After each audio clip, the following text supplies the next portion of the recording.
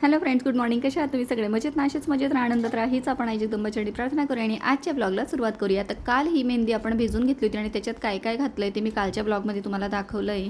आपल्याकडे कढई किंवा लोखंडी तवा असेल तर त्यातलं लोह त्यामध्ये उतरतं आणि नॅचरल असा ब्लॅक कलर येतो त्याला. जर का केस आपले खूप पांढरे नसतील तर डाय शक्यतो टाळायची आणि मध्ये मध्ये कुठेतरी असतील तर मग आपण असं करून लावायला काहीच हरकत नाही. तर या ठिकाणी माझे पण केस असे पांढरे वगैरे नाही आहेत, पण मध्ये मध्ये कुठेतरी दिसतात मला, मग त्यामुळे मग मी लावून घेते असं करून. तर नॅचरल असा ब्लॅक कलर येतो आणि असा मी आंबाडा मारून ठेवते म्हणजे सगळीकडे व्यवस्थित लागते अगदी. आणि नंतर मग 1 तासाने मी वॉश केले, केस धुवून घेतले आणि त्यानंतर मग स्वयंपाकाला लागले. तर आज संडे आहे आणि आज साधंच करायचं होतं. तर एरवी असं आमच्याकडे नॉनव्हेज वगैरे असतं संडेच्या दिवशी, पण आज मिस्टरांचं पोट जरा खराब झालं होतं तर मग ते म्हटले साधंच काहीतरी भाजीपोळी कर. तर या ठिकाणी डाळीला फोडणी देते मी आणि म्हटलं तेवढं झालं की काहीतरी करूया म्हटलं. तर आज मला ना चॉकलेट केक बनवायचा होता, तर त्याची पण मला तयारी करायची होती. तर या ठिकाणी आता डाळीला फोडणी वगैरे दिलेली आहे, डाळ आणि एकीकडे भात पण लावला होता मी. तर ते शिजेपर्यंत म्हटलं चला इकडे ना आपण केकची तयारी करून घेऊया म्हटलं. तर इकडे मी आता साखर वगैरे मिक्सरला बारीक करून घेतली, म्हणजे पिठी साखर तयार करून घेतली आहे आणि लागणारं सगळं साहित्य मी काढून घेतलेलं आहे. रवा वगैरे जे लागणार आहे माझ्या केकसाठी बनवायला, तर ते सगळं कोको पावडर वगैरे सगळं जवळ घेतलेलं आहे. आणि इकडे आपण आता एका बाउलमध्ये 4 चमचे पिठी साखर घातलेली आहे. त्यामध्ये आपल्याला अर्धी वाटी तेल घालायचं किंवा साजूक तूप. छान असं ढवळून घ्यायचं, एकजीव करून घ्यायचं, म्हणजे साखर लवकर मेल्ट होते. तुम्ही पिठी साखरेच्या ऐवजी साखर पण घेऊ शकता जाड.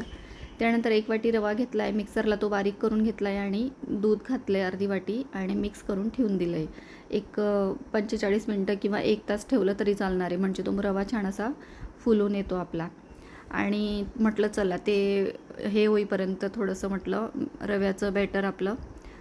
इकडे पोळ्या राहिल्या होत्या माझ्या, तर त्या लाटून घेते म्हटलं, म्हणजे माझा स्वयंपाक पण एका बाजूला होऊन जातो आणि माझी रेसिपी पण एका बाजूला होऊन जाते. तर संध्याकाळी काहीतरी करूया म्हटलं. तर इकडे आता पोळ्या करून घेते मी आणि तोपर्यंत आपलं हे बॅटर पण झालेलं आहे सेट. त्यानंतर त्यामध्ये कोको पावडर घेतले 2 चमचे, नंतर खायचा सोडा आपला आणि बेकिंग सोडा घातला आहे अर्धा चमचा. त्यानंतर मिल्क पावडर घेतलं आहे 3 चमचे. ते सगळं आपल्याला चाळणीने चाळून घ्यायचं आहे आणि त्या बॅटरमध्ये घालून द्यायचं आहे. 4-5 थेंब आपल्याला इसेन्सचे घालायचं आहे. व्हॅनिला इसेन्स घेतलं आहे मी या ठिकाणी आणि असं बॅटर आपल्याला करायचं आहे. वाटलं तर थोडं आपण दूध घालू शकतो. त्यानंतर हे स्टार शेपचे आणि टेडी बेअरच्या शेपचे टीन आहेत माझे केकचे, तर त्यामध्ये आपण तेल वगैरे लावून घेतलं आणि बॅटर त्यामध्ये टाकलेलं आहे. या ठिकाणी मी एअर फ्रायरमध्ये करते आहे. तुमच्याकडे जर असं काही नसेल ओव्हन किंवा एअर फ्रायर, तर आपण नेहमीप्रमाणे कुकरमध्ये लावून द्यायचं, शिट्टी काढून घ्यायची, 15 मिनटं ठेवायचं, मस्त केक रेडी होऊन जातो. बघू शकता तुम्ही या ठिकाणी. टेस्ट अप्रतिम होती, अगदी खूप छान होती. राजला तर खूपच आवडला.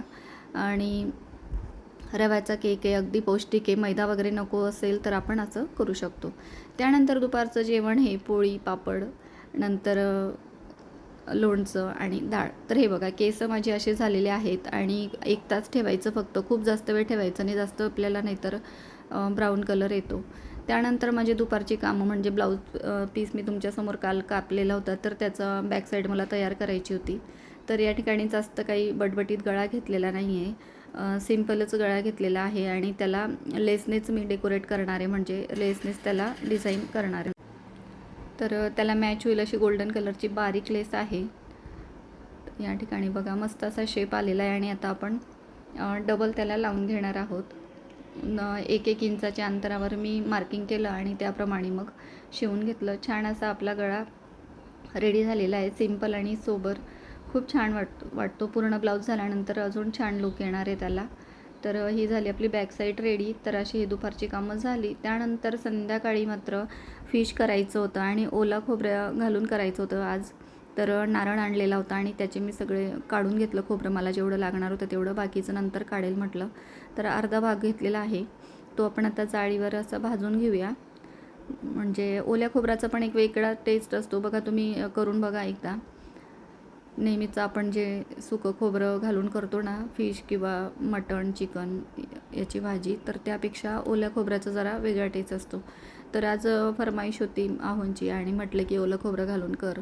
तर कांदा पण मी असा जाळीवर भाजून घेत असते.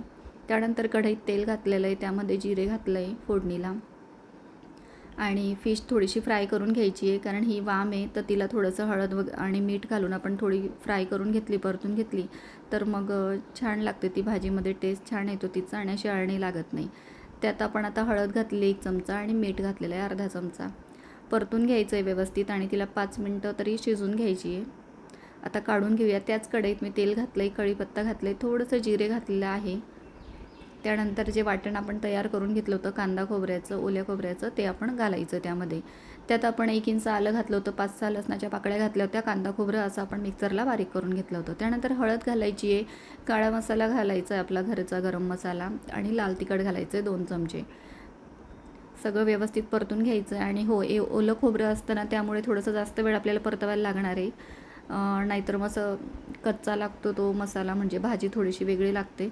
मग छान असं परतून घ्यायचं आपल्याला, त्यामध्ये पीस घालून द्यायचे याचे फिशचे आणि पुन्हा एकदा परतून घ्यायचं. त्यामध्ये गरम पाणी घालायचं आपल्याला लागेल तसं.